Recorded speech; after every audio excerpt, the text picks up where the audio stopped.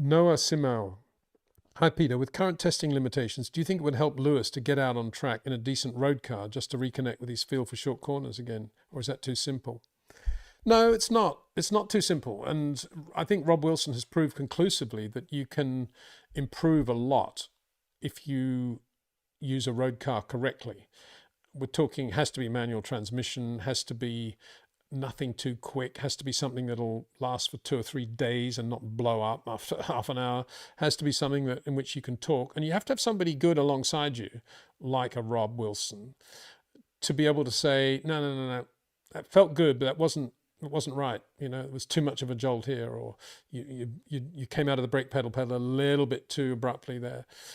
And it's very easy, even for a Lewis. I mean, that's why in other sports you always have trained coaches, whether it be tennis, golf, football, wherever, telling the pros what little bad habits they've fallen into, and they realize it and change. Look at Justin Thomas. I mean, he hadn't won, I don't know, it's about 3 years, he hasn't won a tournament. Suddenly he wins in the Heritage, the Arnold Palmer Heritage at the weekend. That's because he's just worked really hard with his father and other coaches as well. His swing coach, chipping coach, putting coach. You know, they all have these coaches. In Formula One, the coaches are basically the race engineers reading out the telemetry to them. It's not going to help somebody like Lewis. He's got to be in a situation where he's got a guy like Rob Wilson who knows what he's doing and watching and feeling and seeing, tapping him on the shoulder and saying, no, that's wrong. Let's sit down. Let's talk about this. And it needs to be somebody who's also got the bravery, is that the right word? You know, who's definitely got the confidence to be able to do that with a driver like Lewis, because a lot of people would think, well, 7 times world champion, how can I tell him what to do? But quite clearly, he does need to be told what to do, or certainly whether he'd find it on his own, I very much doubt it. I think he would just go and do what he does. I think. I may be wrong. He's very self-critical, but I don't think he's detailed enough. I don't think he's ever understood how he drives. I don't think it's a bad thing. I don't think Max really understands how he drives. I don't think the great drivers do. They just do it. And I think that's the problem in a way when you get to where Lewis is. He doesn't actually know what he's doing differently. He probably feels the same for him as it always has in terms of how he drives the car, how he brakes, how he turns in. He doesn't realize that he's doing these things. Maybe I'm the only person out there saying that. I don't know, saying that he's turning in later now. I think up to 21, compared with all his teammates, he was always turning in a lot earlier. Compared with Max even, he was right there where Max was. And it all changed when the car became a difficult car. And also when he had George Russell to have to worry about in the other car as well, obviously. And so I don't think it would be very easy for him just to get in a road car and drive laps and laps of Mugello and start to realize what he's been doing wrong. I think he'd just go around and have fun, and that would be it. Always said one of Lewis's greatest attributes is that he is self-critical, like Charles Leclerc. And I thought it was actually very telling that he was as explicit as he was about what he's finding to be a problem on the Ferrari. He's not blaming the team. He's not blaming things per se. He's saying, I'm not doing a good enough job. And that's refreshing for a guy who's won 7 world championships to hear. And it shows how clearly he is still thinking and how mature he is. And what a good guy he is, actually, to think that way. And it's interesting that you talk about the Brembo brakes, because actually it was the brakes that were the issue back in 2007.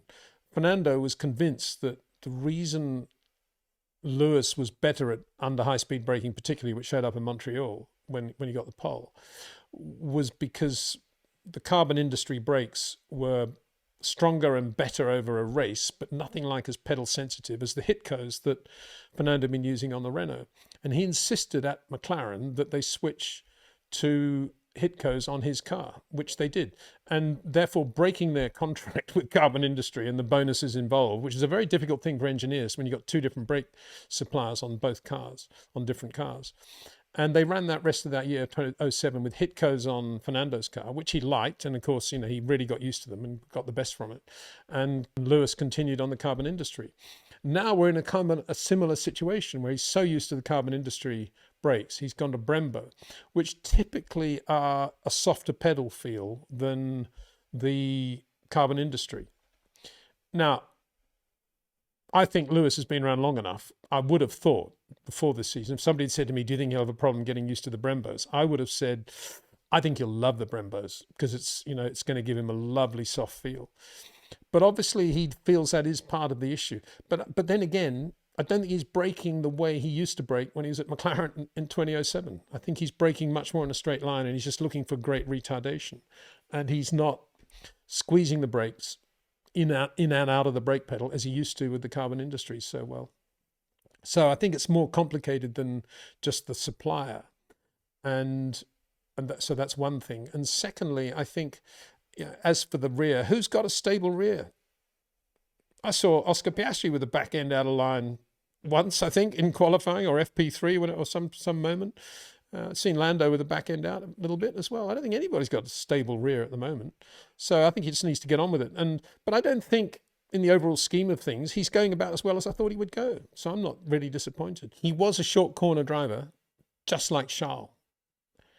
And that's why I always said, even going back to 5 years ago, that the three best drivers in the world are Lewis Hamilton, Max Verstappen, and Charles Leclerc. They're all brilliant short corner drivers. The problem is Lewis hasn't been driving with short corners for the last 3 years at Mercedes. And he's taken that lack of feel to Ferrari now, to my astonishment. I thought that at Ferrari, he would immediately go back into the Lewis that we knew up to 2021 before the Mercedes got really bad.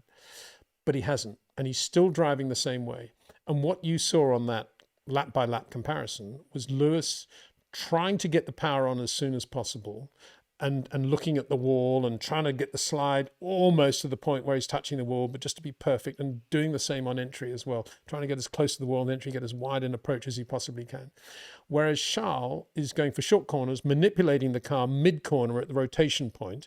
And by the time he's done the rotation perfectly, which he's doing most of the time because he's that good, like Max, he's already looking at the exact point, which is the size of a 50p coin, that he wants to hit on the exit. And it's quite a simple matter. He just drives the car straight to that coin. That's why you're looking at it and you're thinking, wow, he's only 2 millimeters from the wall. But he's just driving it to 2 millimeters from the wall. It's not actually that difficult. All the hard work is in the middle of the corner. Whereas with Lewis, it's much more difficult now because he's got to judge the power that he's putting on against what he's doing with the front and rear axles, to the point where he's trying to hit the wall, but not quite. And it's a much more difficult thing. And that's why he's much more prone to error. And that's why, I hate to say it, at the age of 40, that's why he's leaving a little bit of margin, because he's thinking about it more. Age 21, he wouldn't have been thinking about it. And he'd just do it.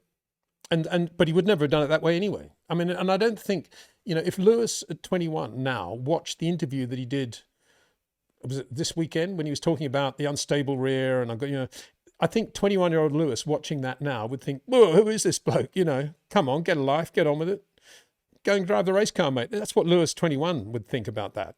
And that's the difference. And he's thinking about it now. He's more mature, and he's very mature now. He's probably more intelligent in terms of his field of perception of everything that matters in racing. But he's thinking about it too much. Everything has a profit and loss to it. And that never enters your mind when you're young and hungry. It never enters Max's mind because he just does what needs to be done.